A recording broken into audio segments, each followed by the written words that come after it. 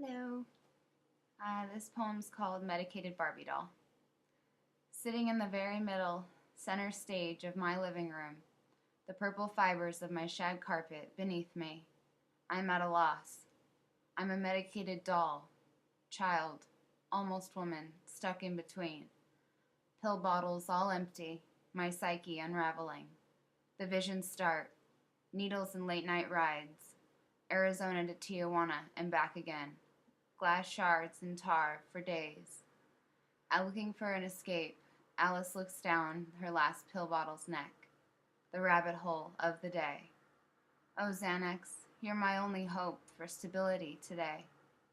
Broker than broke, a pack of smokes, and a pile of new prescriptions waiting to be filled.